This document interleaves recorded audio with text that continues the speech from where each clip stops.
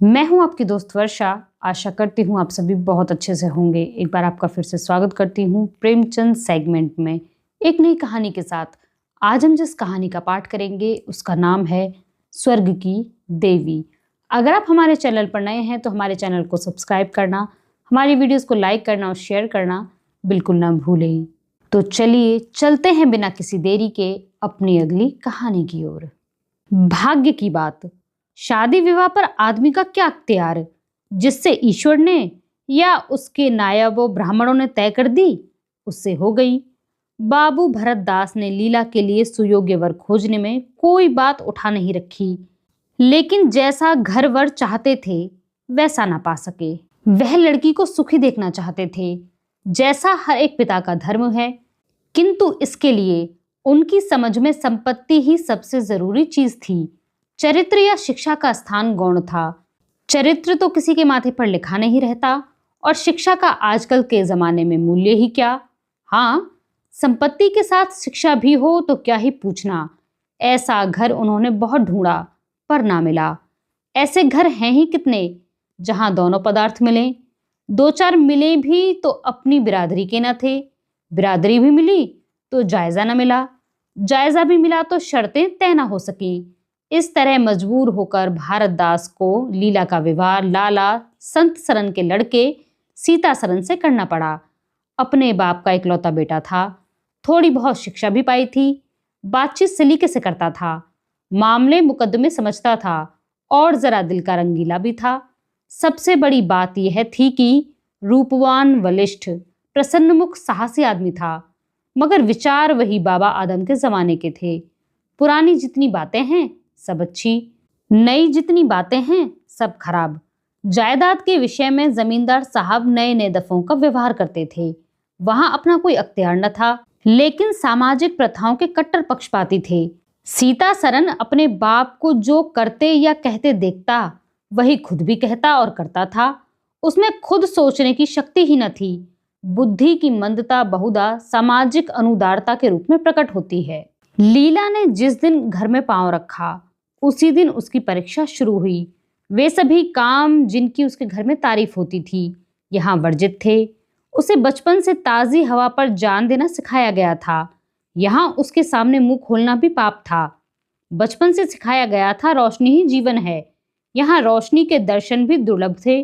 घर पर अहिंसा, क्षमा और दया ईश्वरीय गुण बताए गए थे। यहाँ इसका नाम लेने की भी स्वाधीनता न थी। संत सरन बड़े तीखे गुस्सेवर आदमी थे। नाक पर मक्खी भी न बैठने देते। धूर्तता और छल कपट से ही उन्होंने जायदाद पैदा की थी और उसी को सफल जीवन का मंत्र समझते थे। उनकी पत्नी उनसे भी 2 अंगुल ऊंची थी। मजाल क्या कि बहू अपनी अंधेरी कोठरी के द्वार पर खड़ी हो जाए या कभी छत पर टहल सके। प्रलय आ जाता, आसमान सिर पर उठा लेती। उन्हें बकने का मर्ज था। दाल में नमक का जरा तेज हो जाना उन्हें दिन भर बकने के लिए काफी बहाना था। मोटी ताजी महिला थी। छींट का घाघरेदार लहंगा पहने, पानदान बगल में रखे, गहनों से लदी हुई, सारे दिन बरौठे में माची पर बैठी रहती थी। क्या मजाल कि घर में उनकी इच्छा के विरुद्ध एक पत्ता भी हिल जाए। बहू की नई नई आदतें देख देख जला करती थी। अब काहे को आबरू रहेगी, मुंडेर पर खड़ी होकर झांकती है। मेरी लड़की ऐसी दीदा दिलेर होती तो गला घोंट देती। न जाने इसके देश में कौन लोग बसते हैं। गहने नहीं पहनती, जब देखो नंगी बूची बनी बैठी रहती है। यह भी कोई अच्छे लक्षण है। लीला के पीछे सीता सरन पर भी फटकार पड़ती। तुझे भी चांदनी में सोना अच्छा लगता है? क्यों, तू भी अपने आप को मर्द कहेगा? वह मर्द कैसा कि औरत उसके कहने में ना रहे। दिन भर घर में घुसा रहता है, मुंह में जबान नहीं है। समझाता क्यों नहीं? सीता सरन कहता, अम्मा जब कोई मेरे समझाने से माने तब तो। माँ, मानेगी क्यों नहीं? तू मर्द है कि नहीं? मर्द वह चाहिए कि कड़ी निगाह से देखे तो औरत कांप उठे। सीता सरन, तुम तो समझाती ही रहती हो। माँ, मेरी उसे क्या परवाह? समझती होगी बुढ़िया 4 दिन में मर जाएगी, तब तो मैं मालकिन हो ही जाऊंगी। सीता सरन, तो मैं भी तो उसकी बातों का जवाब नहीं दे पाता। देखती नहीं हो कितनी दुर्बल हो गई है। वह रंग ही नहीं रहा। उस कोठरी में पड़े पड़े उसकी दशा बिगड़ती जाती है। बेटे के मुंह से ऐसी बातें सुन माता आग हो जाती और सारे दिन जलती, कभी भाग्य को कोसती, कभी समय को। सीतासरन माता के सामने तो ऐसी बातें करता, लेकिन लीला के सामने जाते ही उसकी मति बदल जाती थी। वह वही बातें करता जो लीला को अच्छी लगती, यहाँ तक कि दोनों वृद्धा की हंसी उड़ाते। लीला को इसमें और कोई सुख न था। वह सारे दिन कुड़ती रहती, कभी चूल्हे के सामने न बैठी थी, पर यहाँ पसेरियों आटा थोपना पड़ता, मजूरों और टहलुओं के लिए भी रोटियां पकानी पड़ती। कभी कभी वह चूल्हे के सामने बैठे घंटों रोती। यह बात न थी कि ये लोग कोई महाराज रसोइया न रख सकते थे, पर घर की पुरानी प्रथा यही थी कि बहू खाना पकाए और उस प्रथा को निभाना जरूरी था। सीतासरन को देखकर लीला का संतप्त हृदय एक क्षण के लिए शांत हो जाता था। गर्मी के दिन थे और संध्या का समय। बाहर हवा चलती, भीतर देह फुकती थी। लीला कोठरी में बैठी एक किताब देख रही थी कि सीतासरन ने आकर कहा, यहाँ तो बड़ी गर्मी है, बाहर बैठो। लीला, यह गर्मी उन तानों से अच्छी है जो अभी सुनने पड़ेंगे। सीतासरन, आज अगर बोली तो मैं बिगड़ जाऊंगा। लीला, तब तो मेरा घर में रहना भी मुश्किल हो जाएगा। सीतासरन, बला से अलग ही रहेंगे। लीला, मैं तो मर भी जाऊं तो भी अलग न रहूं। वह जो कुछ कहती सुनती हैं अपनी समझ से मेरे भले के लिए ही कहती सुनती हैं। उन्हें मुझसे कुछ दुश्मनी थोड़े ही है। हाँ, हमें उनकी बातें अच्छी न लगें, यह दूसरी बात है। उन्होंने खुद ये सब कष्ट झेले हैं जो वह मुझे झिलवाना चाहती हैं। उनके स्वास्थ्य पर उन कष्टों का जरा भी असर नहीं पड़ा। वह इस 65 वर्ष की उम्र में मुझसे कहीं ज्यादा अच्छी हैं। फिर उन्हें कैसे मालूम हो कि इन कष्टों से स्वास्थ्य बिगड़ सकता है। सीतासरन ने उसके मुरझाए हुए मुख की ओर करुण नेत्रों से देखकर कहा, तुम्हें इस घर में आकर बहुत दुख सहना पड़ा। यह घर तुम्हारे योग्य नहीं था। तुमने पूर्व जन्म में जरूर कोई पाप किया होगा। लीला ने पति के हाथों से खेलते हुए कहा, यहां ना आती तो तुम्हारा प्रेम कैसे पाती। 5 साल गुजर गए। लीला 2 बच्चों की मां हो गई। एक लड़का था, दूसरी लड़की। लड़के का नाम जानकीसरन रखा गया और लड़की का कामिनी। दोनों बच्चे घर को गुलजार किए रहते थे। लड़की दादा से हिली थी, लड़का दादी से। दोनों शौक और शरीर थे। गाली दे बैठना, मुंह चिढ़ा देना तो उनके लिए मामूली बात थी। दिन भर खाते और आए दिन बीमार पड़े रहते। लीला ने खुद सभी कष्ट सह लिए थे, पर बच्चों में बुरी आदतों का पड़ना उसे बहुत बुरा मालूम होता था, किंतु उसकी कौन सुनता था। बच्चों की माता होकर उसकी अब गणना ही न रही थी। जो कुछ थे बच्चे थे, वह कुछ न थी। उसे किसी बच्चे को डांटने का भी अधिकार न था। सास फाड़ खाती थी। सबसे बड़ी आपत्ति यह थी कि उसका स्वास्थ्य अब और भी खराब हो गया था। प्रसव काल में उसे वे भी अत्याचार सहने पड़े जो अज्ञान, मूर्खता और अंधविश्वास ने सौर की रक्षा के लिए गढ़ रखे थे। उस काल कोठरी में जहां न हवा का गुजर था, न प्रकाश का, न सफाई का, चारों ओर दुर्गंध और सील की गंदगी भरी हुई थी। उसका कोमल शरीर सूख गया। एक बार जो कसर रह गई थी वह दूसरी बार पूरी हो गई। चेहरा पीला पड़ गया, आंखें धंस गईं। ऐसा मालूम होता था बदन में खून ही नहीं रहा, सूरत ही बदल गई। गर्मियों के दिन थे। एक तरफ आम पके, दूसरी तरफ खरबूजे। इन दोनों फलों की ऐसी अच्छी फसल पहले कभी न हुई थी।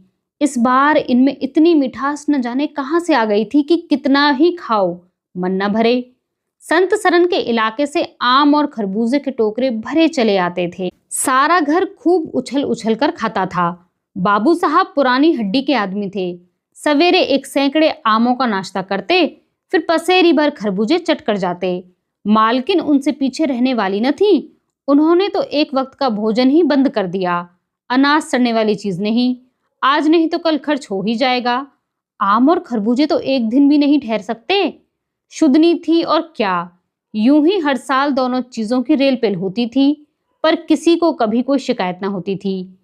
कभी पेट में गिरानी मालूम हुई तो हड़ की फंकी मार ली।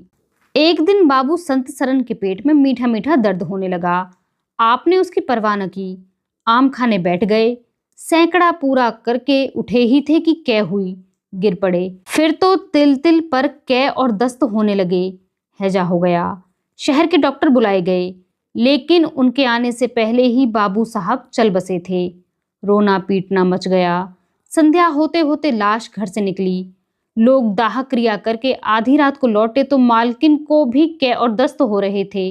फिर दौड़ धूप शुरू हुई, लेकिन सूर्य निकलते निकलते वह भी सिधार गई।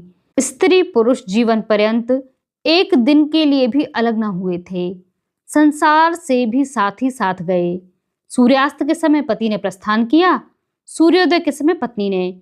लेकिन मुसीबत का अभी अंत न हुआ था। लीला तो संस्कारों की तैयारी में लगी थी। मकान की सफाई की तरफ किसी ने ध्यान न दिया। तीसरे दिन दोनों बच्चे दादा दादी के लिए रोते रोते बैठके में जा पहुंचे। वहां एक आले पर तरबूजा कटा हुआ पड़ा था। 2-3 कलमी आम भी रखे थे। इन पर मक्खियां भिनक रही थीं। जानकी ने एक तिपाई पर चढ़कर दोनों चीजें उतार ली और दोनों ने मिलकर खाईं। शाम होते होते दोनों को हैजा हो गया और दोनों माँ बाप को रोता छोड़ चल बसे। घर में अंधेरा हो गया। 3 दिन पहले जहां चारों तरफ चहल पहल थी, वहां अब सन्नाटा छाया हुआ था। किसी के रोने की आवाज भी सुनाई न देती थी। रोता ही कौन? ले देकर कुल 2 ही प्राणी रह गए थे और उन्हें रोने की सुधि न थी। लीला का स्वास्थ्य पहले भी कुछ अच्छा न था, अब तो वह और भी बेजान हो गई। उठने बैठने की शक्ति भी न रही। हरदम खोई सी रहती। न कपड़ों की सुधि थी, न खाने पीने की। उसे न घर से वास्ता था, न बाहर से। जहां बैठती वहीं बैठी रह जाती। महीनों कपड़े न बदलती, सिर में तेल न डालती। बच्चे ही उसके प्राणों के आधार थे। जब वही न रहे तो मरना और जीना बराबर था। वह रात दिन यही प्रार्थना करती थी कि भगवान यहाँ से ले चलो। सुख दुख सब भुगत चुकी, अब सुख की लालसा नहीं है। लेकिन बुलाने से मौत किसी को आई है? सीता सरन भी पहले तो बहुत रोया धोया, यहाँ तक कि घर छोड़कर भाग जाता था। लेकिन ज्यों-ज्यों दिन गुजरते थे, बच्चों का शोक उसके दिल से मिटता जाता था। संतान का दुख तो कुछ माता को ही होता है। धीरे धीरे उसका जी संभल गया। पहले की भांति मित्रों के साथ हंसी दिल लगी होने लगी। यारों ने और भी चंग पर चढ़ाया। वह अब घर का मालिक था, जो चाहे कर सकता था। कोई उसका हाथ रोकने वाला न था। सैर सपाटे करने लगा। कहाँ तो लीला को रोते देख उसकी आंखें सजल हो जाती थीं, कहाँ अब उसे उदास और शोक मग्न देखकर झुंझला उठता। जिंदगी रोने के लिए ही तो नहीं है। ईश्वर ने लड़के दिए थे, ईश्वर ने ही छीन लिए। क्या लड़कों के पीछे प्राण दे देना ठीक होगा? लीला यह बातें सुनकर भौचक रह जाती। पिता के मुंह से ऐसे शब्द निकल सकते हैं? संसार में ऐसे प्राणी भी हैं? होली के दिन थे। मर्दाने में गाना बजाना हो रहा था। मित्रों की दावत का भी सामान किया गया था। अंदर लीला जमीन पर पड़ी हुई रो रही थी। उसके त्योहारों वाले दिन रोते ही कटते थे। आज बच्चे होते तो अच्छे अच्छे कपड़े पहने कैसे उछलते फिरते। वही न रहे तो कहाँ की तीज और कहाँ का त्योहार। सहसा सीता सरन ने आकर कहा, क्या दिन भर रोती ही रहोगी? जरा कपड़े तो बदल लो, आदमी बन जाओ।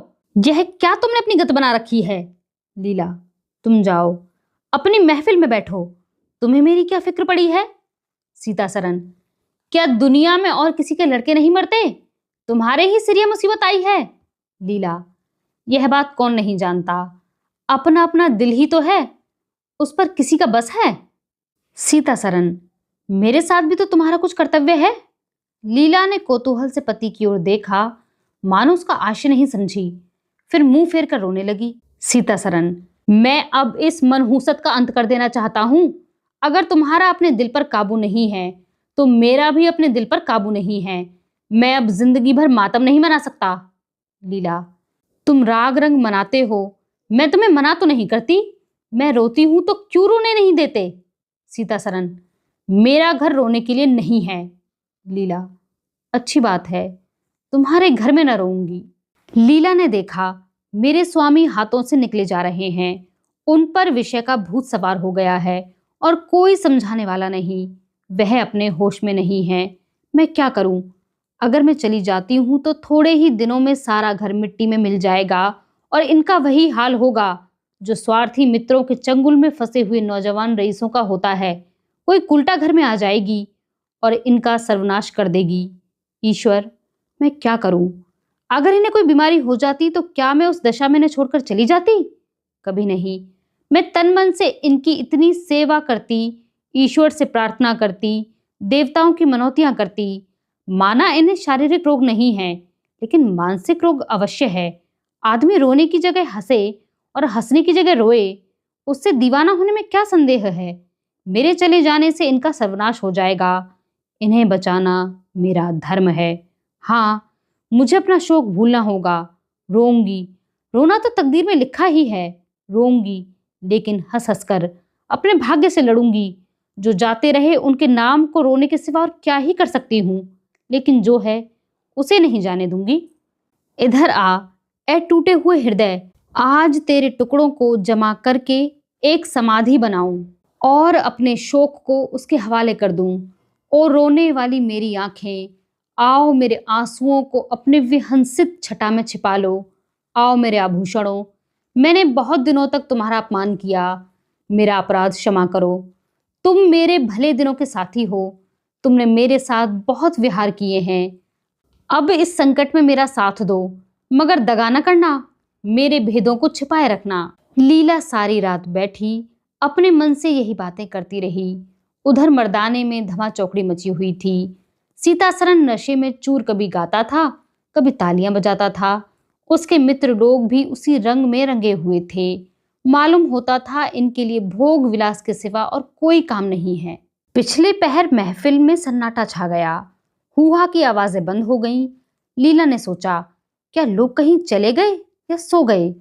एकाएक सन्नाटा क्यों छा गया? वह जाकर दहलीज में खड़ी हो गई और बैठक में झांक कर देखा, सारी देह में एक ज्वाला सी दौड़ गई। मित्र लोग विदा हो गए थे। समाजियों का पता न था।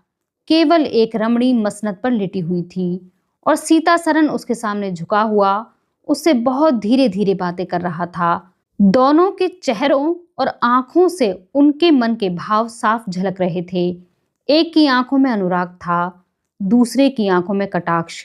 एक भोला भाला हृदय एक मायाविनी रमणी के हाथों लुटा जाता था।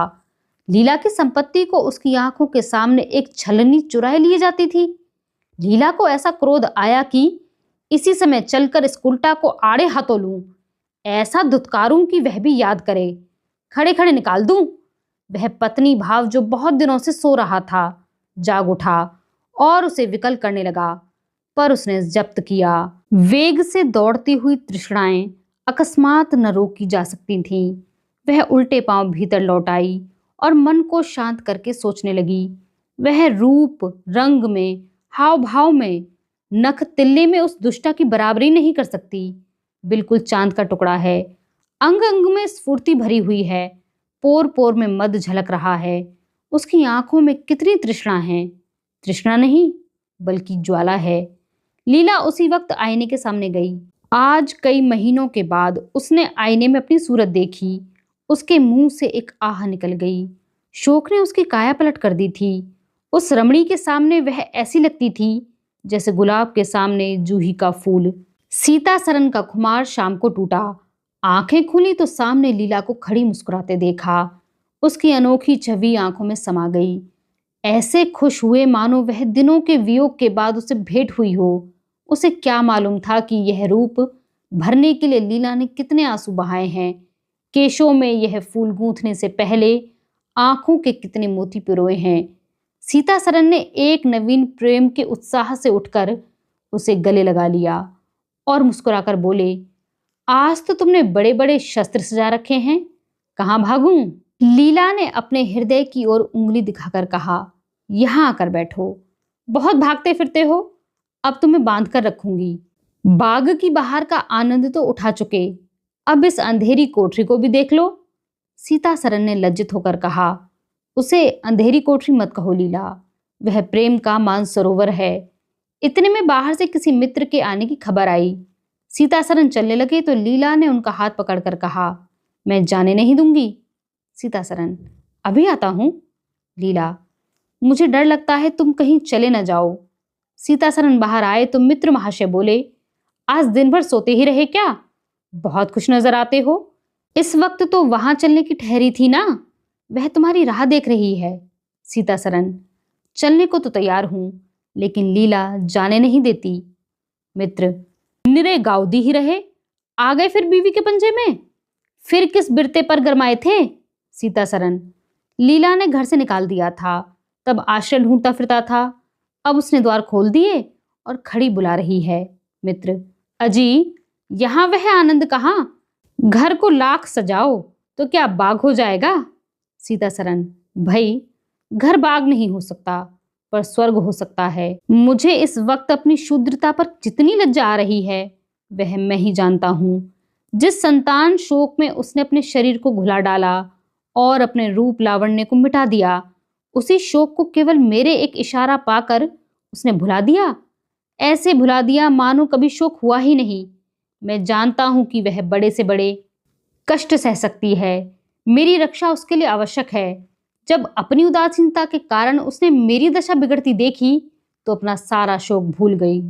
आज मैंने उसे अपने आभूषण पहनकर मुस्कुराते हुए देखा तो मेरी आत्मा पुलकित हो उठी।